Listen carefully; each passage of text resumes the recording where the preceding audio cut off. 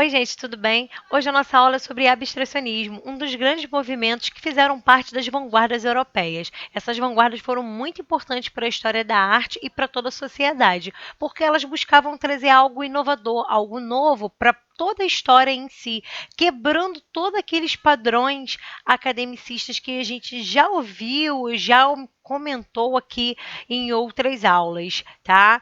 É importante a gente saber que todas essas vanguardas elas tiveram o berço a partir do impressionismo, que foi um movimento onde começou essa inovação, e essas inovações partiram de vários artistas com essa intenção de busca mesmo do novo, pertinente ao que estava acontecendo naquele momento, quebrando um pouco dessas características que estavam sendo copiadas até então de anos atrás, beleza? Bom, aqui agora a gente vai começar a ver então as características, né, do movimento.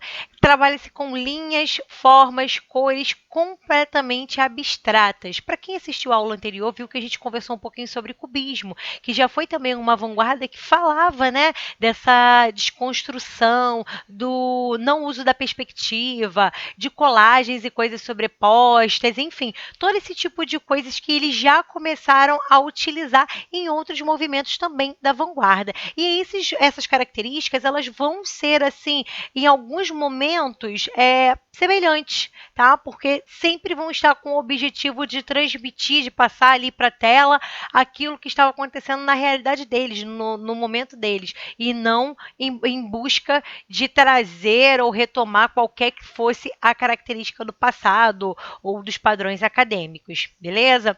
Bom, a arte abstrata, de modo geral, né, ela começa, se a gente for analisar o contexto, ela já tem as primeiras representações mesmo lá na pré-história, quando a gente vê aqueles primeiros desenhos, aquelas primeiras pinturas, aonde são sem nenhuma demonstração de forma de objeto ou de pessoa ou de animal. Até porque na arte rupestre a gente consegue ter essa diferença, a gente consegue hoje fazer essa diferenciação entre as pinturas que podem se assemelhar com os próprios animais, né? E com os homens. Mas também a gente tem aquela parte mais geometrizada, que aqui no Brasil até ficou denominado, né, com motivos naturalistas, aquelas pinturas rupestres que têm imagem de pessoas ou de animais. E motivos geométricos, aqueles que remetem à geometria, formas geométricas, ao círculo, a triângulo, linhas, curvas, enfim. Então, a gente já começa a ver esse abstrato, essa geometrização a partir mesmo da pintura rupestre. E aí, outro ponto importante para a gente perceber é que tudo se torna ali uma abstração, tá? Principalmente nas obras. Por quê? Começa a romper com todos aqueles paradigmas e a intenção maior é utilizar o abstrato, o diferente, o que não vai ter nenhuma forma que vai associar a uma pessoa, a um local, a uma paisagem, a um objeto ou qualquer coisa desse tipo, tá?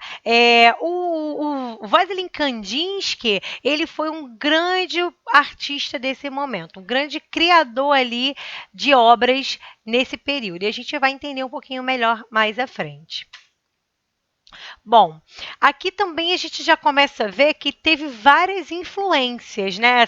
Esse movimento abstracionista, de modo geral, ele teve várias influências ali nos representantes, nos artistas daquele momento. E eram tanto ali no século XX até em busca já do século XXI. Até atualmente a gente tem vários artistas que ainda têm essa pegada abstrata, né? Essa representação abstrata, essa influência mesmo das vanguardas que aconteceu anteriormente.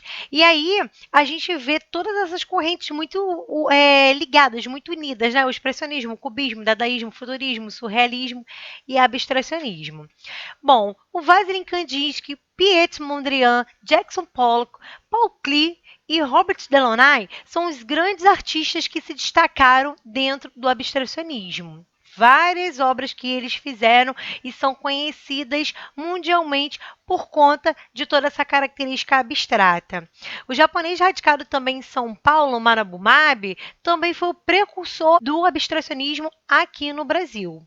Depois aconteceram outras manifestações de vários outros artistas, como Cícero Dias, Antônio Bandeiras, entre outros.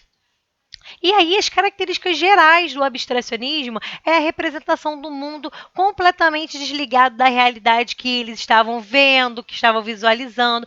É a negação completa do figurado, de qualquer coisa figurativa. Tudo que poderia ser forma de animal, de pessoa, objeto, um copo, um lápis, o que for, figuras naturais, ou seja, qualquer tipo de representação de figura natural, paisagem, árvore, planta, também não era utilizado nessas obras. A simplificação das formas, né? Porque eles começam a utilizar as formas de maneira bem simples, bem livre, expressiva, então não tem muito aquele detalhe em busca do realismo, do ideal de beleza que era um padrão do academicismo. A inovação do uso da cor, eles começam a trabalhar com cores mais chapadas, cores mais vivas, sem ficar se preocupando com luz e sombra, até poderia fazer uma tonalidade ou outra, mas sem ficar com aquela obrigação de trabalhar dessa maneira. A rejeição da perspectiva, como eu falei para vocês, também aconteceu isso no cubismo, né? Eles rejeitaram completamente o uso da perspectiva. Então, o plano era vista, a obra em si era vista ali num plano geral, né, num plano completo para o observador, sem aqueles destaques de primeiro, segundo, terceiro plano, distanciamento, profundidade ou qualquer coisa pertinente a isso.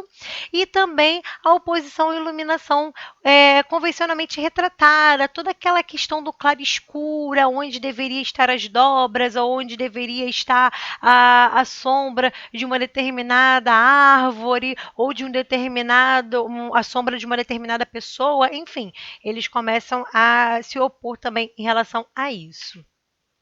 E aí, dentro do abstracionismo, né, vai identificando ali vários detalhes que vai fazer parte da história da arte desse momento, mais até do que antes. Porque antes eles queriam mostrar toda essa questão de sentimento, de emoção, através da história da arte.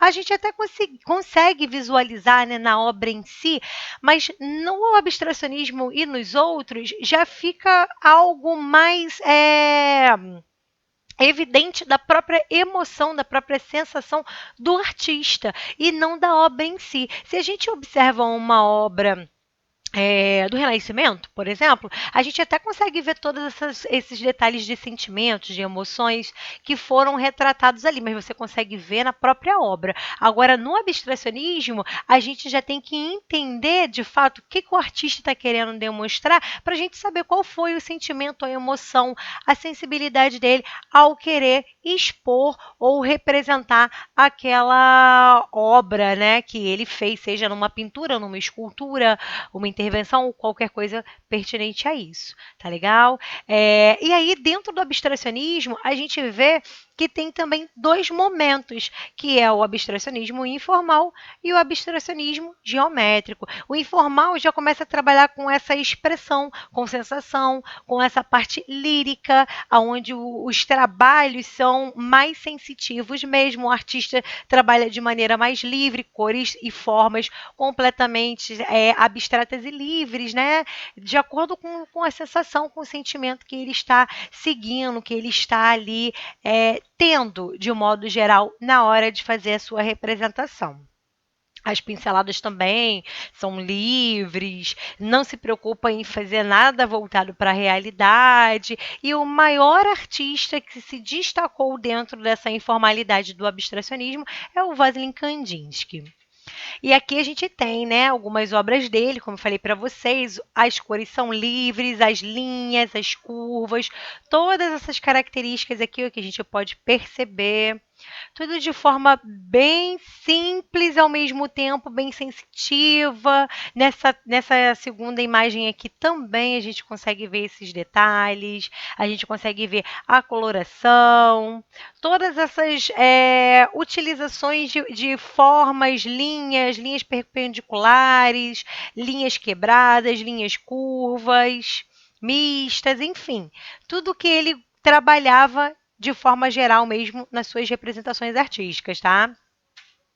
E aí a gente já vê um pouquinho sobre abstracionismo geométrico. E abstracionismo geométrico a gente tem o Pierre Mondrian, que foi um grande artista que se destacou dentro dessa característica aí do abstracionismo, aonde a gente já começa a ver representações voltadas para a geometria, né? Para retângulo, quadrado, enfim.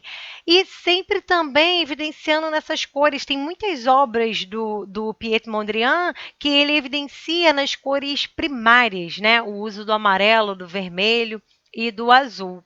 Tá legal? Ele se preocupava muito em trabalhar essa questão mesmo da emoção. E aqui, além da emoção em si, as suas próprias obras relacionando-se com as formas geométricas, com essas grandes composições geométricas que a gente vai ver assim na história da arte. Se vocês forem pesquisar também fora dessa aula aqui, vocês vão encontrar diversas obras do Piet Mondrian voltadas para essas composições geométricas. Aqui uma outra grande composição dele também, que trabalha com as cores, como eu disse para vocês. Tem também o uso do branco e do preto, porém, as cores ali se destacando mesmo das três primárias, né? O vermelho, o amarelo e o azul.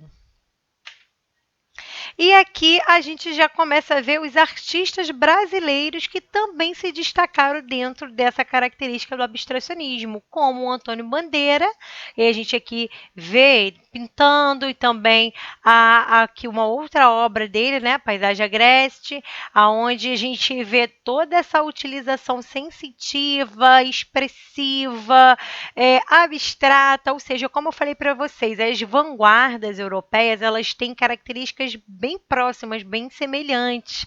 Aconteceram praticamente no mesmo período, né?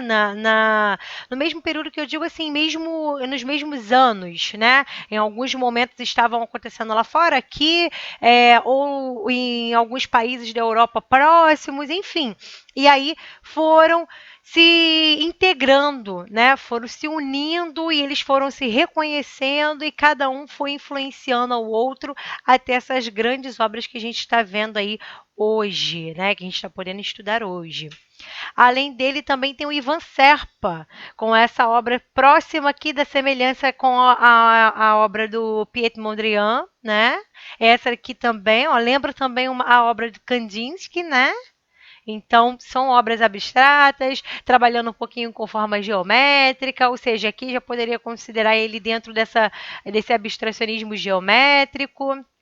A gente tem também a Lídia Clark, né, de Belo Horizonte, trabalhou com essas temáticas do bicho e essas obras dela eram muito interessantes, são na verdade interessantes, porque a intenção dela era que a pessoa que fosse, né, na galeria, onde estivesse exposto, pudesse interagir. A intenção dela é que esses bichos, né, que são aqui com materiais com dobradiças, não sei se vocês vão conseguir visualizar aqui nesse cantinho, mas ele tem aqui também, ó, aqui em cima, ele tem dobradiças que você pode mexer, você pode dobrar, você pode mudar essa forma e fazer a forma que você quiser, né? Modificar completamente. Então, a maior intenção dela era essa com essas obras, que o observador, a pessoa que estivesse na exposição, pudesse interagir com a sua obra.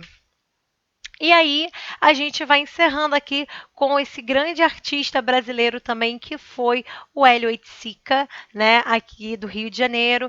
E o Hélio Oiticica, ele teve grandes obras, ele teve várias intervenções, fez vários detalhes que foi modificando a história da arte e também trabalha com essa geometrização, com o uso de formas representando ali as características geométricas de modo geral.